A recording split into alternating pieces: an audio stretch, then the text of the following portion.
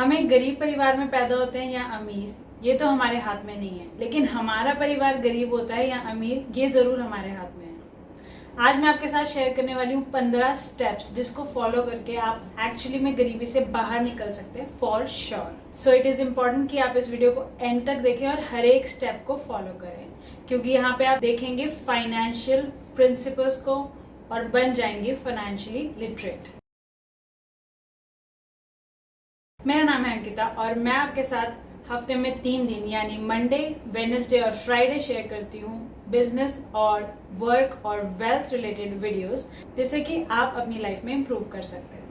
आज का हमारा टॉपिक है to get out of poverty, यानी गरीबी से बाहर निकलना। तो 15 स्टेप्स मैं आपके साथ शेयर करने वाली हूँ। बी श्योर कि आप एंड तक देखें और इन स्टेप्स को फॉलो करें। तो शुरू करते हैं अपने पहले स्टेप के साथ। सबसे पहला स्टेप जो आपको करना है वो है टू एक्सेप्ट, यानी आपको सबसे पहले एक्सेप्ट करना है कि आपकी लाइफ में प्रॉब्लम है। जब तक आप प्रॉब्लम को नहीं समझेंगे तब तक आप सोल्यूशन की तरफ जा ही नहीं सकते। सबसे पहले आपको एक्सेप्ट करना जरूरी है कि हाँ, आपकी सिचुएशन जो है वो चेंज करने की जरूरत है।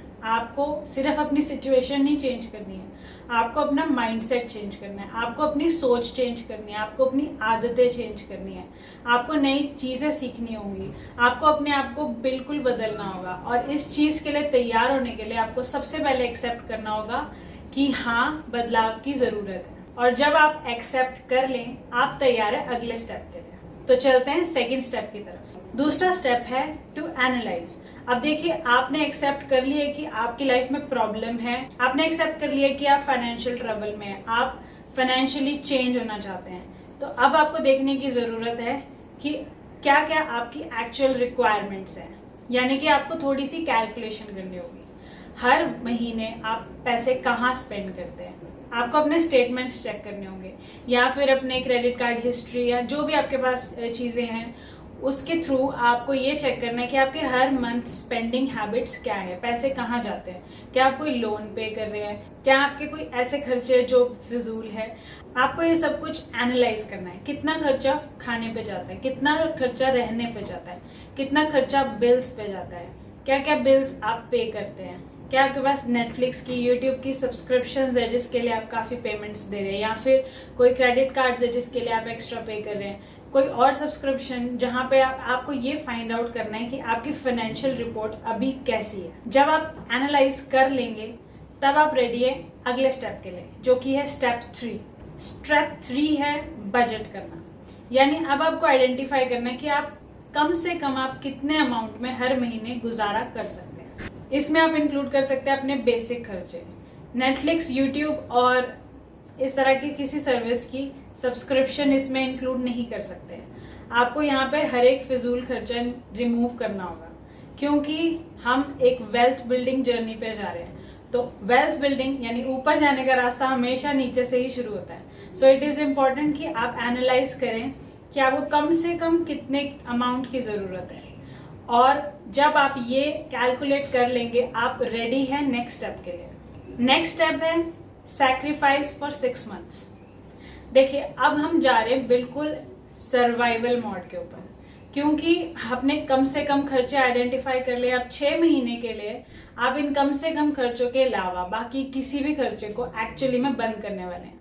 अगर आप सैक्रिफाइस करने को तैयार नहीं है तो आप चेंज नहीं कर सकते। ये एक 6 महीने का सैक्रिफाइस आपकी मदद करेगा आपकी पूरी लाइफ को बदलने के लिए। तो इट इज इम्पॉर्टेंट कि आप एक बात को समझ लीजिए कि कुछ पाने के लिए कुछ खोना पड़ता है, और अगर इसीलिए आप अपनी चीज़ें, अपनी लाइफ चेंज करना चाहते हैं तो आपको अपनी हैबिट्स डेफिनेटली चेंज करनी पड़ेगी। और अगर आप अपनी फाइनेंशियल लाइफ इंप्रूव करना चाहते हो तो फाइनेंशियल हैबिट्स भी चेंज करनी पड़ेगी। इसीलिए अगले 6 महीने के लिए आप जा रहे हैं बिल्कुल सर्वाइवल मोड पे, यानी कि कोई भी फिजूल खर्ची बंद। और जब आप ये कर दें तो आप रेडी हैं अगले स्टेप के लिए, जो कि है स्टेप 5। स्टेप 5 है गेट अ जॉब या फिर इंक्रीज इनकम। सो सबसे पहले तो आपने अपनी खर्चे कम कर दिया, आप सर्वाइवल मोड पे चले गए। अब आपके लिए इंपॉर्टेंट है इनकम को इंक्रीज करना।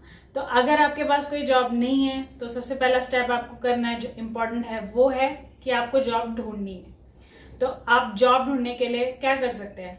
आप डेफिनेटली अगर कोई इंसान बहुत गरीब बैकग्राउंड से आता है, उसके पास हाई एजुकेशन नहीं होती, कई बार आप अपनी पढ़ाई पूरी नहीं कर पाते फाइनेंशियल प्रॉब्लम्स की वजह से, तो आप एक्स्ट्रा स्किल्स लर्न कर सकते हैं। जैसे कि एक बेसिक एक्सेल स्किल आप लर्न कर सकते हैं, बेसिक टेली स्किल्स। आपको यूट्यूब पे बहुत सारी वीडियोस मिल जाएंगी जो आपको एक्चुअल स्किल्स के ट्यूटोरियल्स और कोर्सेज देंगे। आज हम जिस दुनिया में रह रहे हैं, यहाँ पे कोई भी नया स्किल सीखना बहुत मुश्किल नहीं है, तो इसलिए आपके लिए इम्पोर्टेंट है कि कोई भी नया स्किल फटाफट से आप सीखिए और जॉब ज्वाइन कीजिए। और अगर आपके पास ऑलरेडी जॉब है फिर भी आप गरीब हैं, तो मेक श्योर कि आप एक्स्ट्रा जॉब करिए। एक्स्ट्रा जॉब करने के लिए क्या क्या ऑप्शंस है हमारे पास? उबर है, हमारे पास ओला है, इन ड्राइवर है, कैब सर्विसेज है जो आपको अलाउ करती है आप पार्ट टाइम काम कर सकते हैं।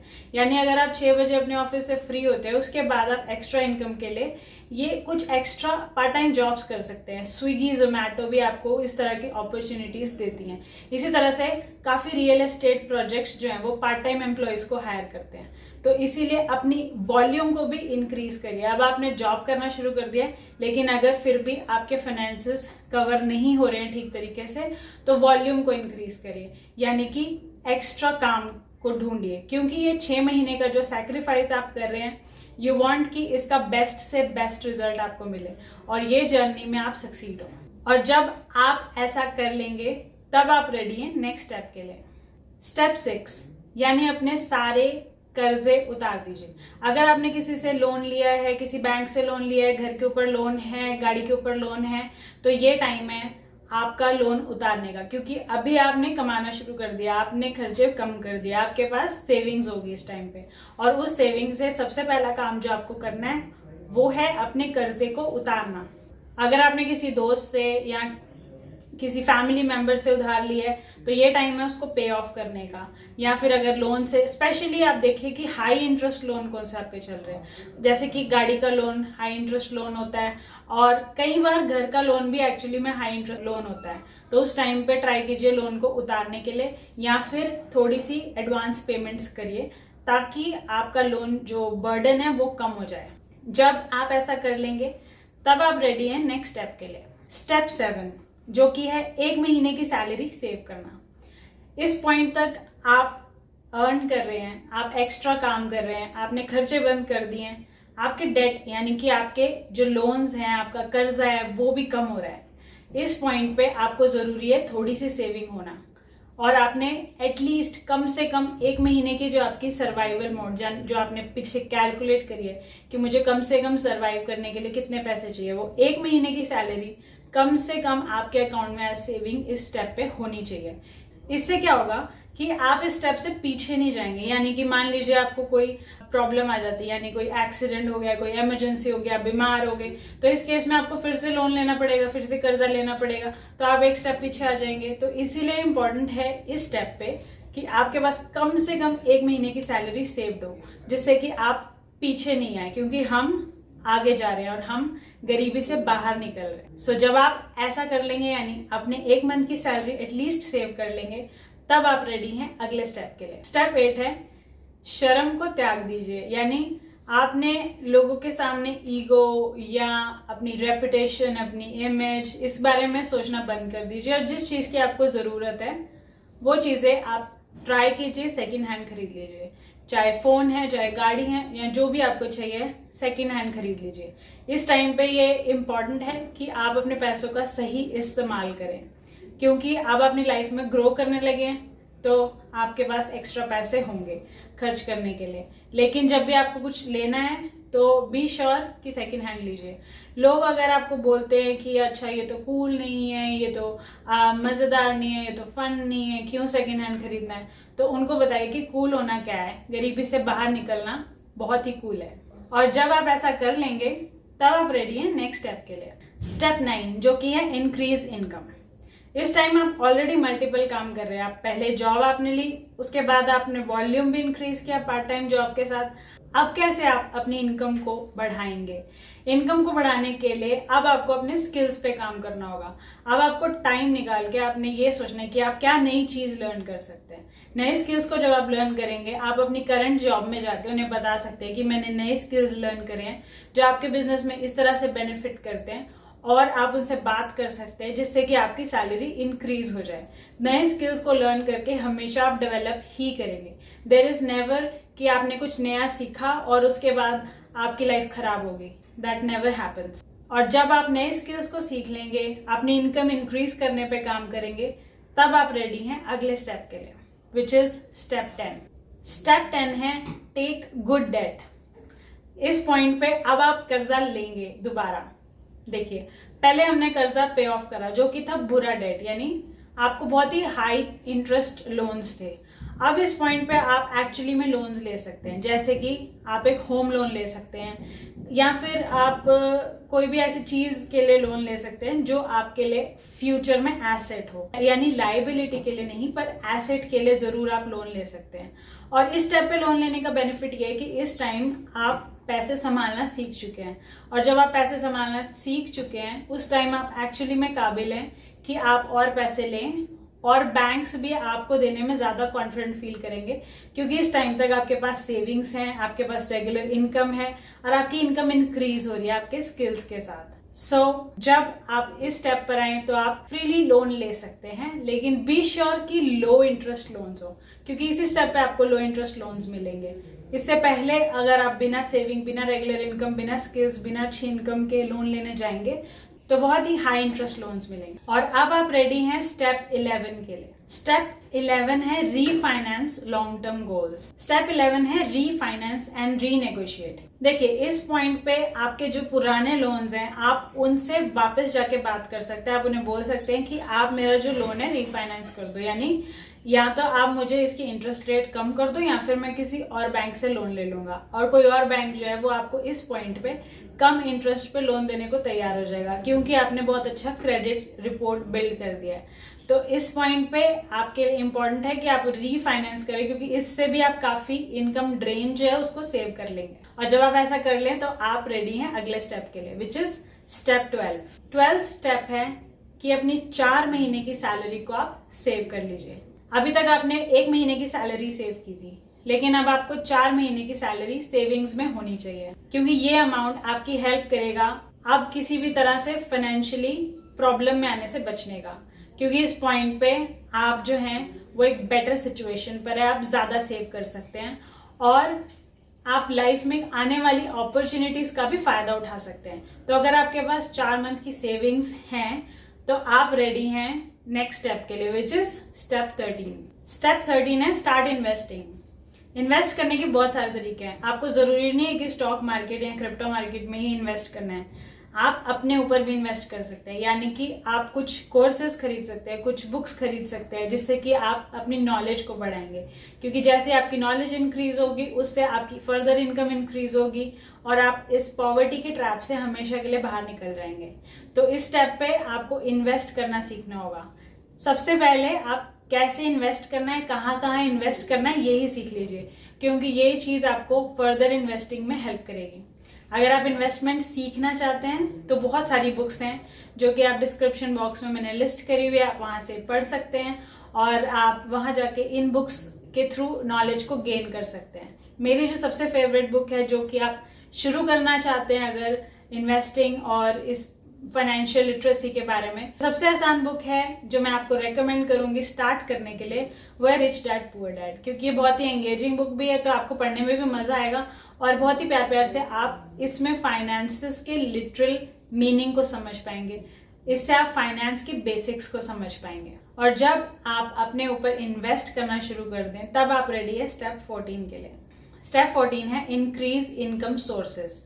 अभी तक आप सिर्फ अपने टाइम से पैसे कमा रहे थे, डबल काम कर रहे थे, स्किल्स इंप्रूव किए, अब आपने इन्वेस्टिंग सीख ली, अब आपने अपने इनकम के सोर्सेस बढ़ाने हैं, यानी किस किस तरह से आप इनकम कर सकते हैं।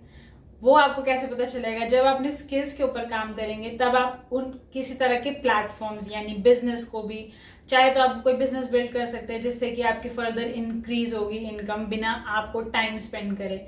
और आप इसके अलावा कोई एसेट्स बिल्ड कर सकते हैं अगेन इन्वेस्टमेंट्स के थ्रू, जिससे कि आपको एक्टिवली पार्टिसिपेट नहीं करना पड़े पर वो एक पैसिव इनकम जनरेट करे आपके लिए।